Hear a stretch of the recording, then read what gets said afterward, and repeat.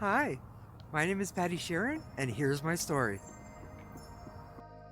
For decades, I worked in a job where I was miserable, but I had no choice.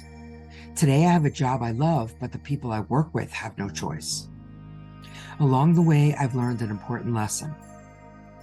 I became a single mom when my daughter was less than 2 years old. I was fortunate to get a $25 an hour job at an investment bank in New York City, but the work I did was awful. But I had great benefits, so I kept working there. When my daughter was on her own and no longer on my health insurance, I quit. Now I didn't have to fit into anyone else's template.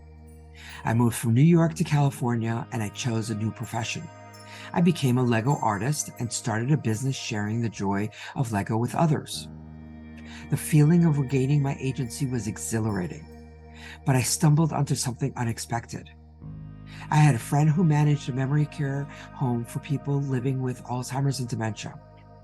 I asked if I could do a Lego session with her residents using Lego, Duplo, bricks and pieces, and she loved the idea. I didn't know if it was going to work. No one had done this sort of thing. So when I started, I stood in front of a group of about 6 seniors in wheelchairs around the dining room table. I introduced myself, and not a single person looked up. They had lost their agency to a disease. In the early stages, they lose their agency over their own minds and memories. Then they lose their agency to make even the smallest decisions: what they eat, what they wear, what time they go to bed. But I continued with the session and I got down on their level and spoke to each individual one by one. I spoke to Mary, who was 80 something years old. I asked her if she was a dog or cat person, but Mary had lost her ability to verbally communicate. Her only response was, "Thank you."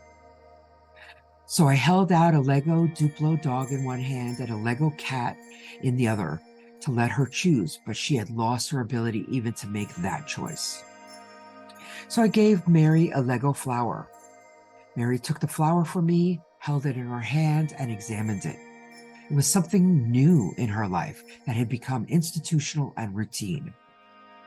I showed her how she could stick the flower onto a base plate to make a little scene. And then Mary did something I had never seen anyone do before. She put the flower upside down on the table and spun it like a top. At that moment, in that dining room, in that sliver of time, Mary had agency again. She did something for herself. She did something other people didn't expect of her. Maybe she didn't expect it from herself. I could see it on her face as she lit up with a huge smile, her thin eyebrows raised, and she clapped her hands together in a moment of pure joy. I knew then that it worked. It worked.